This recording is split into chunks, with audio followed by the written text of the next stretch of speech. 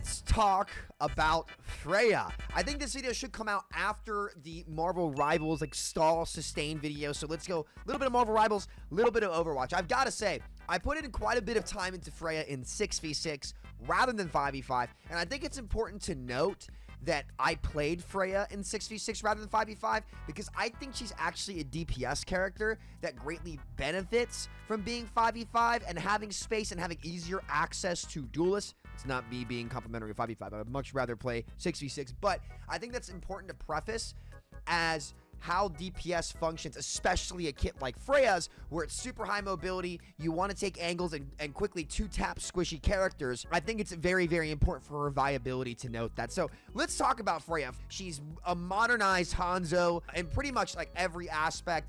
And what I mean by that, it's like, you know, she is one of the most lethal projectile DPS to ever be put in the game. I think it's safe to say that people can kind of agree. Hanzo is one of the most lethal projectile DPS until they repeatedly gutted him, and they've since, you know, reverted some of that. But we're not talking about Hanzo today. She is very cool design, great model, great voice lines, very, very fun character, and she kind of is the pinnacle of some of the better, honestly, Overwatch 2 designs that have come out. I think that whoever designed the character should be really happy with the work that they did. When you play Freya, that's what an Overwatch character is kind of meant to be. That's the expectation when you want a new Overwatch character to come out. I think Freya is way more fun than Venture. You know, really, truly, I think she's the most fun that I've had since like Echo has come out. Echo is still my favorite, I think. I love playing Echo. Nothing quite hits like Echo, but Freya's pretty close. All the different stuff you can do with her movement is absolutely insane, but she's a character that you really aren't going to see the real true value of her if you are an average ranked player. I don't want to say she's overrated, right? I think if you're an average player in the average ranks, Freya is overrated. I think her skill floor is very, very high, and her skill ceiling is also very, very high.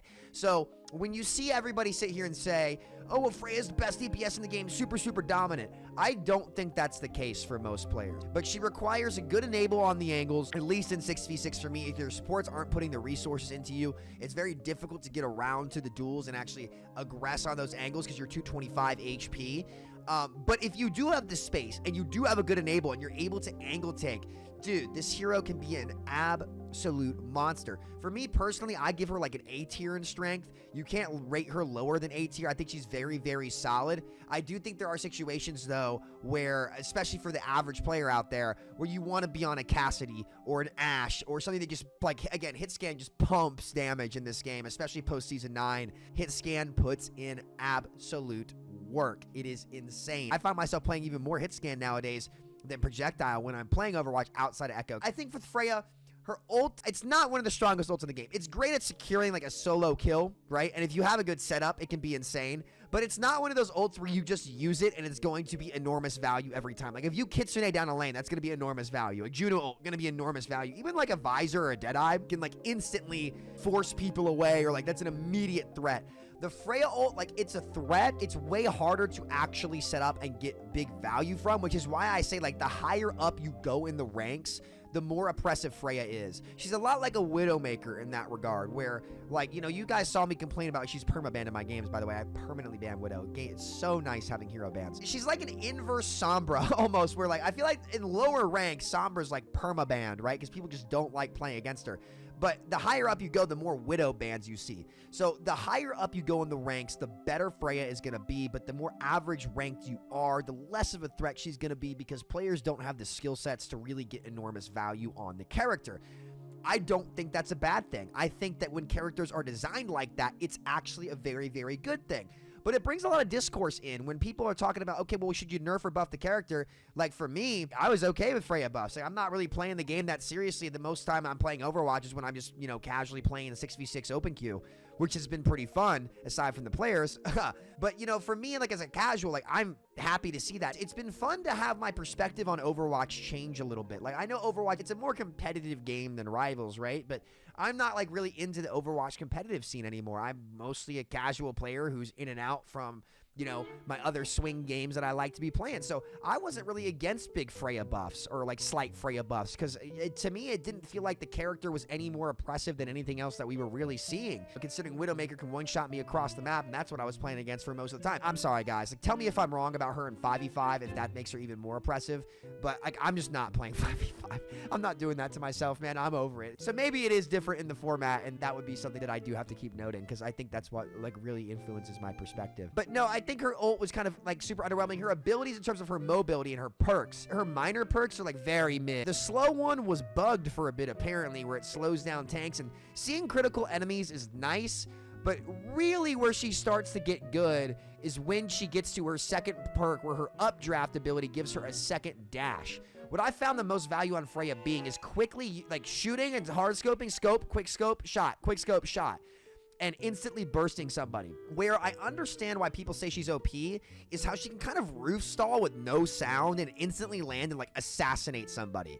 That to me seems like the best type of combo on Freya. And in 5v5, where there's one less tank to actually like stuff the space where she can just hard flank, it is much easier for her to exploit that specific part of her kit, where, you know, the tank might go somewhere else and then you just have a free sight line on a big off-angle flank on a squishy.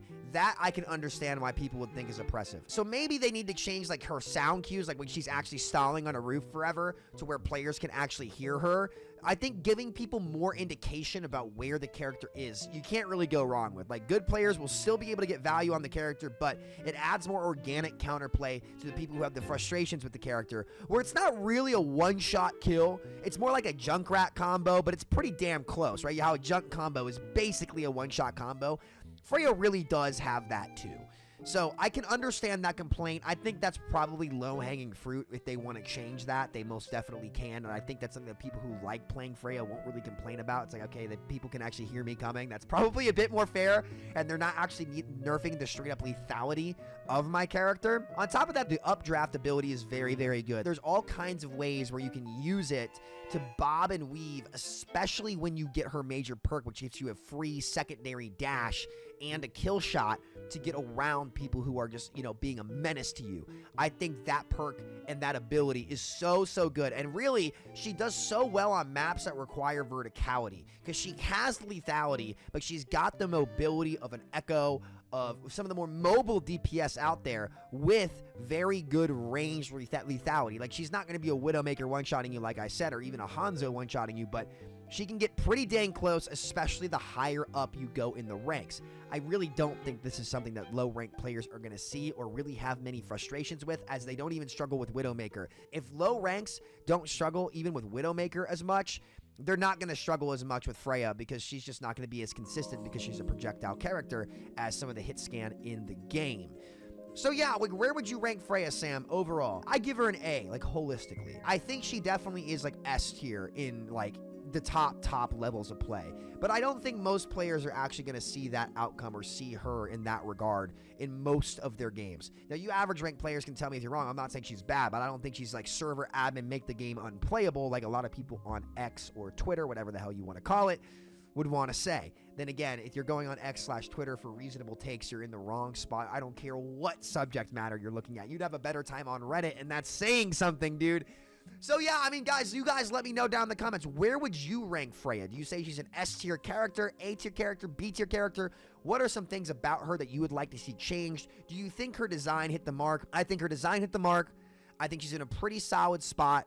I give her an A grade overall, and I think she's a very fun, intuitive character that they should lean more into design archetypes like Freya. I think more like that is good. You can tune it how you want, but it's really cool seeing very versatile projectile DPS come into the game that allow you to play different types of play styles that you might not see in other places. And to be fair, like, a lot of hit scan players are also playing Freya because her projectile speed is pretty good. So yeah, what do you guys think? Please let me know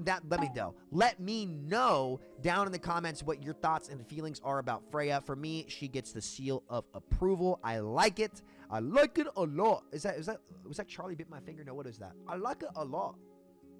I don't know. Some British people will have to help me with that. I don't really know. I don't have the Brit lore, so I am a sweet tea guy. I love sweet tea. So yeah, let me know, guys. Thank you so much for watching. Those are my thoughts on Freya. Catch y'all next time. Take care. Much love. Peace out.